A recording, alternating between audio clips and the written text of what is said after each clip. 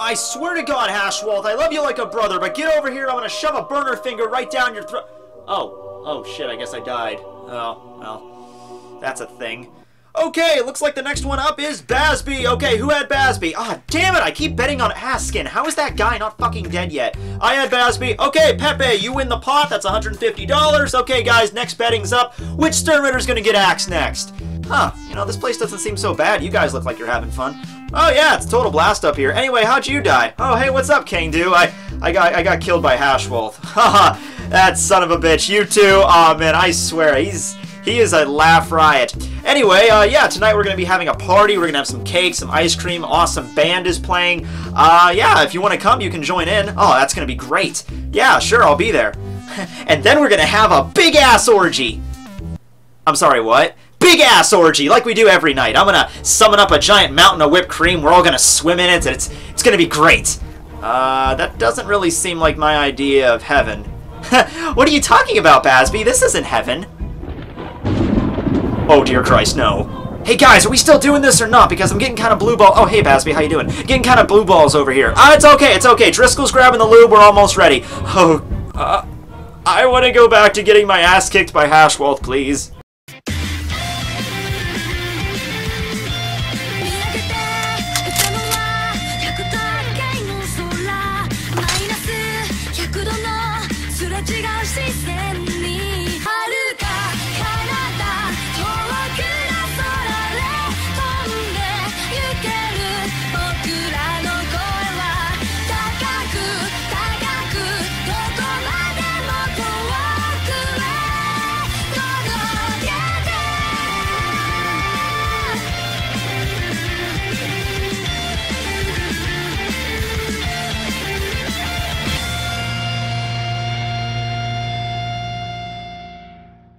Hey everybody, Tekking101 here, here to review Bleach chapter number 635, titled The Hooded Enigma.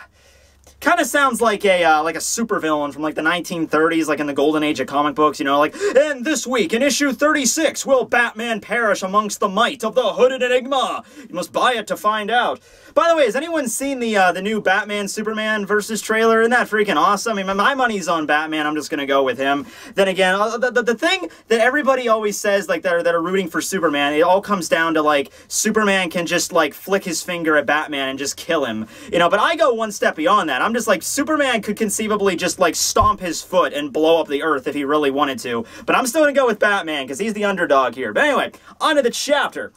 So, yeah, we finish off the flashback from the last chapter with Bazby and Hashwolf. We get no updates on what happened with them. Well, we get an update on Hashwolf, but we don't get any updates on Bazby. So, yeah, I'm going to go along the lines and just confirm that he is dead. And I know a lot of people have been saying, like, oh, well, you know, Giselle's still hanging around, and she has the zombie powers, so she could maybe conceivably bring Bazby back. You know, even in that situation, it wouldn't be bringing Bazby back. It would just be reanimating as a zombie. He wouldn't be technically alive in his own free will anymore. He would be under Giselle's control. But yeah, let's see where that's going to go. So we cut over to see what Latato and Giselle had been doing while Hashwolf was fighting Bazby, and we see Latato there, and she's just kind of lamenting the battle, the outcome with Bazby and Hashwolf. I guess she just sensed, you know, what happened, that Bazby fell, and she's just like, oh, damn, that Bazby, you know, he was, you know, constantly saying, you know, oh, just let me handle Hashwolf, just let me fight him one-on-one, just us two, and he goes and gets himself killed.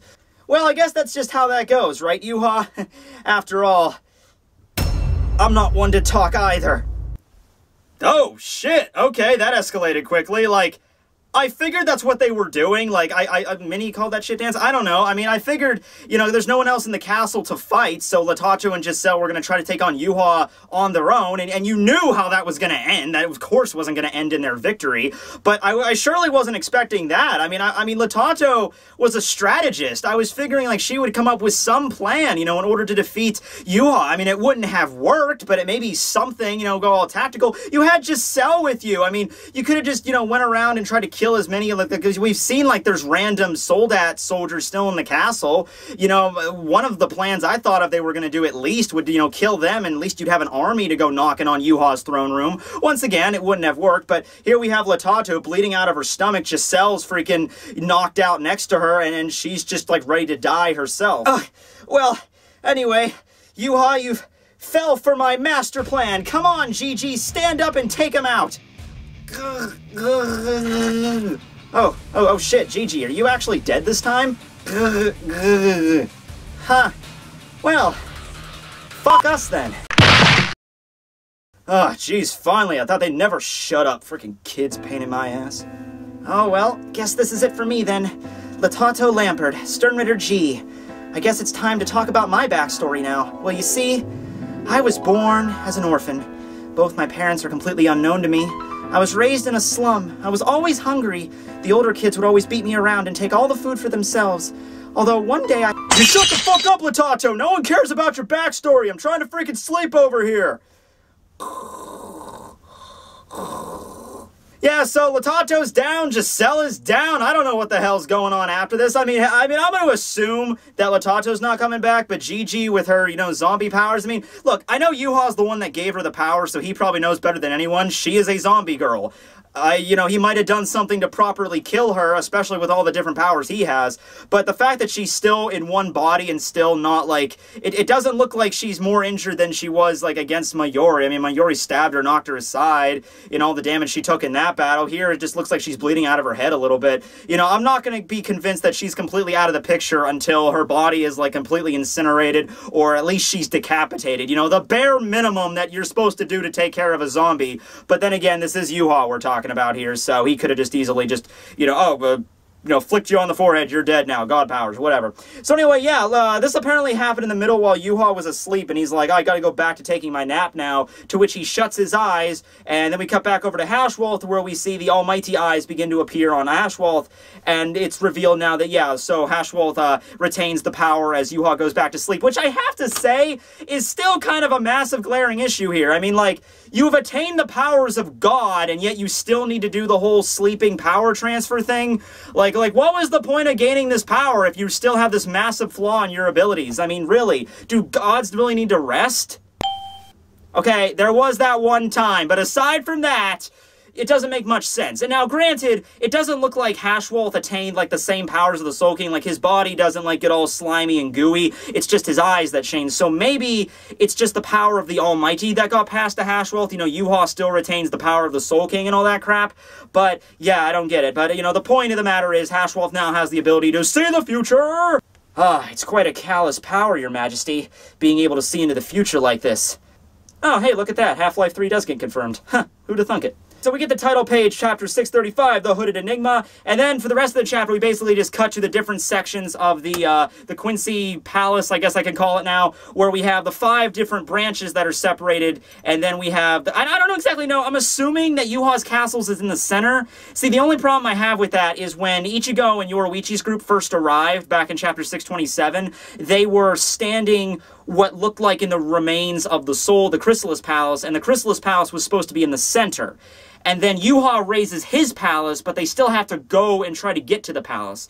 So I'm going to assume that Yuha's palace is in the center, and then Ichigo's group is on one of the legs, but that would mean that that Yuha would have to physically move the Soul Palace to another location. I don't know. The point of the matter is they're like on each different branch of it, and that's where all the fights are probably going to take place. So first we get sent to the first branch, where we see Harold Valkyrie almost running off the side of the damn thing, and he just stops, and he's looking around like, oh, ain't nobody here. Ain't no opponents either. Damn it! Come on, everyone! I got screwed over here! So, apparently, I guess they all just jumped out of the castle, like, hey, let's go fight the enemy, and there's like 30 fucking people in this palace running around, and Harold somehow gets lost. He doesn't encounter anybody. I love that. So he's a badass muscular dude that sword fights, and he's terrible with directions. That's all we get from him. Seriously, that's all we get. He gets lost. That's kind of funny, considering he's like the one that's the most battle crazy. He's just like, bring it on, And it's funny because then you have Askin, who's fighting Ichigo's group, and we cut over to see what's going on with them. And Askin doesn't even want any part of this. Askin's the lazy guy. He doesn't want to have a fight, and he's the one that encounters like the main group of people. But anyway, yeah. So we cut over to Ichigo, where he made Shad, Nell, and Ganju, who apparently have completely lost sight of both Grimmjow and Askin both, and they're just like, oh well, they ran off. We don't know what the hell to do here. Grimmjow better be freaking careful. So then we cut on top of a building where we see Askin, who looks a little bit exhausted. He's just probably running a lot. He's looking over the damn thing, and he's just like, okay, I think I gave him the slip. So then Askin proceeds just to lay down, and he just takes out a freaking thermos out of his cloak and starts pouring himself a cup of coffee. I want you guys to think about this. Think about any any group of main antagonists in a series. I'll just use, like, the Akatsuki for an example, and just imagine, like, Kakuzu, you know, fighting against, you know, freaking Naruto and Kakashi and shit. He's like, hold on, guys, hold on. It's time for my coffee break. And he pulls out like a little lunch box and he starts eating a sandwich. Like, it's just weird, you know? But hey, I gotta give Askin props here, okay? Because he's literally being chased by Grimmjow fucking Jaggerjack, a spot at number 6.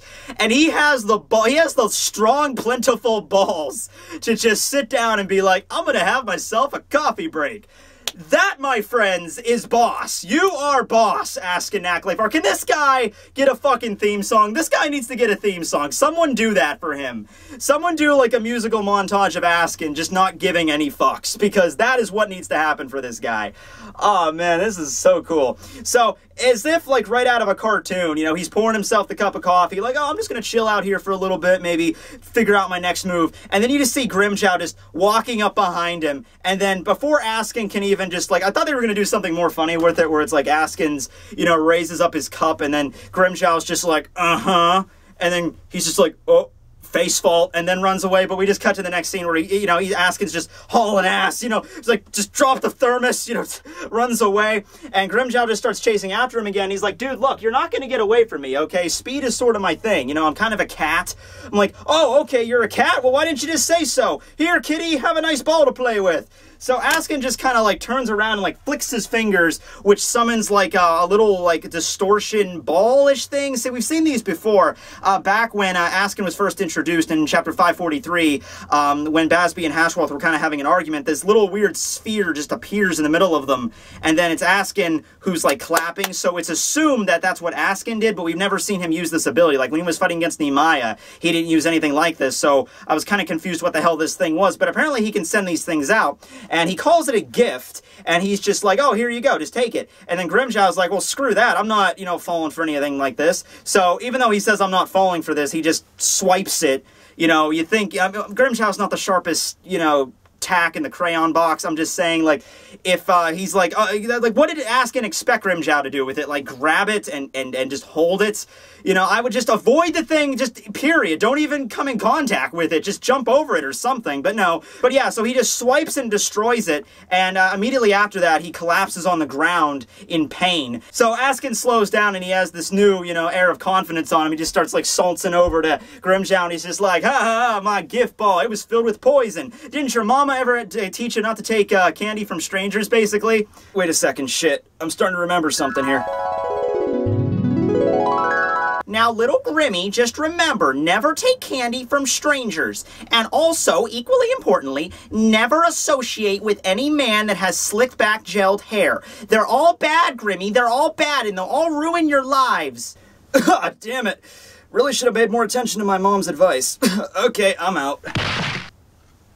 So, apparently Grimmjow is just conked out of the fight now. I'm assuming that that gift ball, whatever it was he called it, it's not actually loaded with poison, it just activates Askin's power. Because it's always been kind of, like, how does he activate his death-dealing ability? Because when he was fighting against Nimaya cuts him, and then he just Askin just kind of licks his own blood, and then all of a sudden it changed the toxicity of, not the toxicity, but the lethal dosage ratio in Namaya's blood, and it drops. And so I didn't really understand that. How does licking Askin's blood trigger the ability on Nimaya?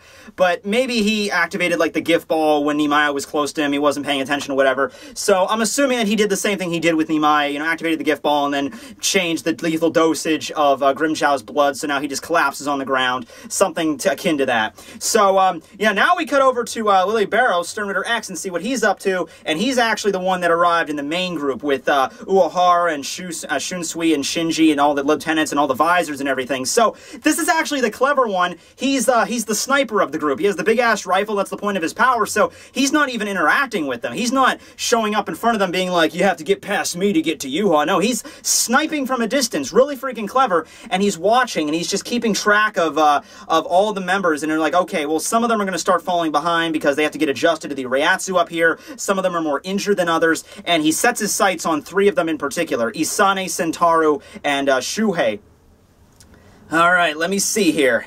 Alright, that girl, she seems pretty relevant. I better not shoot her yet. Oh my god, that guy has awesome hair. He must be like the main character of this series. He must be like their captain or something. I gotta wait and see what he's gonna be up to. Oh, what the hell? What the hell's this? This is a freaking poser. He's got scars on his face, 69 tattoo. Is this freaking shonen cliche bastard? I'm shooting him full of holes. So, okay, so what happens here is, I guess because of Shuhei's injuries, he's the one that falls behind the most. It's not like everybody's running like a mile ahead of him. He's just at the back of the pack.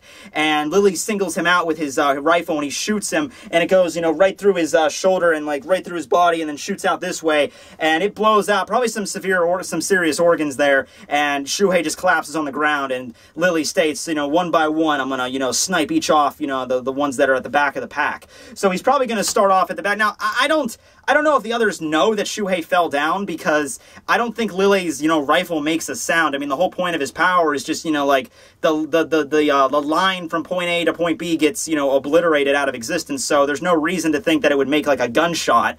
So it's very possible, you know, and likely that Shuhei got knocked out of the fight and he's not going to show up again. Kind of a shame, because, you know, he still might have a Bankai to show us, but the others aren't aware of it because, you know, they're in a very large group and they're running in one direction, so they might not even notice Shuhei's gone yet, and Lily's just going to keep on doing the smart thing, just sniping them from a distance until they take notice, and by that point, you know, he might already have them dead on their sights. So, last scene of the chapter, we cut over to where Mayuri and Kenpachi's group are, where we see...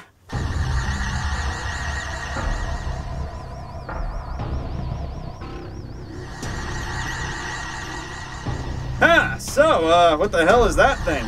That's such a stupid question to ask. What are you, some sort of idiot? Really, how would I know what it is? Both of us have never seen such a thing before. Yeah, what the fuck ever, I'm gonna go kill it.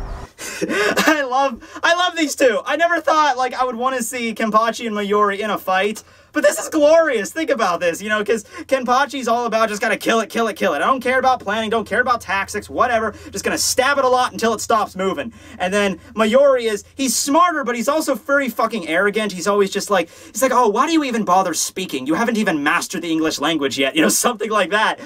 And, yeah, so he's just going off on his tirade. Kenpachi just walks right up to Pernida, raises his sword up, and just about to swipe it down when, Mayuri shouts at him, you know, like, wait a second, Zaraki.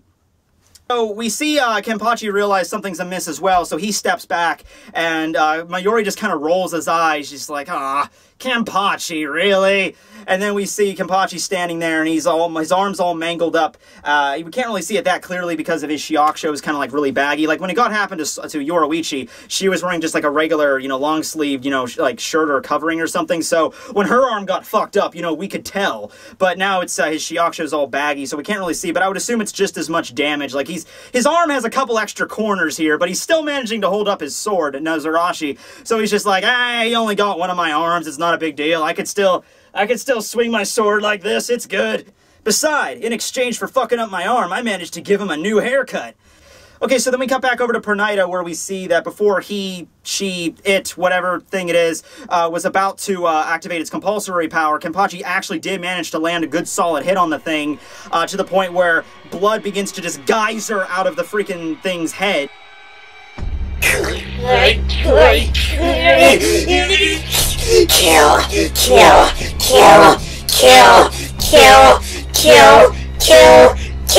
So, I guess we found out what the hooded enigma is. Okay, yeah, so, Pernida just kinda, I don't know, goes into, like, massacre mode or whatever, because its hood begins to just billow out incredibly, and I'm guessing its hood got revealed, its face got revealed to Kenpachi and Mayuri, because in the next panel, the end of the chapter, you know, Kenpachi's just like, what the fuck am I looking at? And Mayuri's just like, oh, is that another question, or are you still talking to yourself? So, Mayuri's got the rape face going, he's like, oh, this is gonna be a fun battle. Oh, I'm gonna be able to experiment a bunch of shit on this thing. Which, I mean, I wanted Pernida to maybe have a rematch with Yoruichi, but I guess this works too, because Mayuri's all about the strange and unusual, and Pernida is certainly that amongst the shoot stuff, and Kenpachi's all about the hack and slash, so that's pretty good for its power too. So next chapter, we're probably going to get a reveal on what it is. I'm kind of excited. I really want to see this, because this has been, I mean, Pernida's only been around since what? This is chapter 635, 603, 599 it was revealed, so only about maybe 25 chapters or so. I mean, 35 chapters or so, but still, it's kind of been a big mystery of what the fuck this thing is. So, I hope we find that out. I hope it's revealed. And we're probably going to get a good fight on our hands here. I think probably what's going to go on with the main group with like Shunsui and the others, and this is going to be kind of a cop-out, but I think now that Kubo realizes, kind of a big, you know, tilt for the scale here, Lille might seriously just start picking off. Like, he's like, Asane's out, Sentaro's out, Hachi's out, Hiyori's out. Maybe not all in succession like that, but he might manage to at least injure a fair amount of them from a distance with his rifle. And then maybe Harold would join up with Lille because, you know, Lille, that is a very large group. Then we have Ichigo is probably going to arrive. Ichigo's group is going to arrive where Grimmjow's out, and then they'll have to take out Askin. I don't think Grimmjow's out, period. He might be out just for the fight with Askin. Like, he might have to do something else to defeat Askin, and then after Askin's defeated, Grimmjow might get back up and for the real fight. Because I don't see any way that he's going to, like, because we haven't seen any way that his power's been effectively nullified outside of using like Korinji to replace the blood, but Korinji's done. So I don't see any way Ichigo's group could nullify it. Even maybe using Orihime's power might not work because his blood is like lethal to him now. His blood is basically toxic. So I don't know how Orihime's power could do this. I guess it reverses time, but you know, couldn't Askin he could just do it again. So I don't know. We don't really know much more about Askin's power, how he triggers it and shit. So I'm not sure how this is going to go down. But yeah, I'm a solid chapter. It incorporated, you know, where we're at right now with all the battles, you know, who's fighting who. We didn't get an update on Uryu. He was really the only one we didn't get an update on. Hashwolf now has the ability of the Almighty and saw the future. He saw something, and he stated, you know, it's really callous. So I don't know if he saw, like, the defeat of everybody handily. I don't know what's going to go on. But next chapter, we're probably going to at least see Pernida. What fight do you think we're going to see? I mean, we might see Pernida next chapter, but it's not going to be like, we see Pernida, then we might just cut away to what's going on with Askin's battle or something like that. But anyway, thanks for watching the video. Askin, you are a boss, my friend. Tekking101 signing... Okay, hold on, just... Help me! Yeah, just ignore it. Just ignore it. It'll go away. I haven't figured it out yet. I don't know either. I'm out of phase, you idiot! Just complete gibberish. Complete gibberish. No idea what it's trying to communicate me with. Alright, see you, everybody.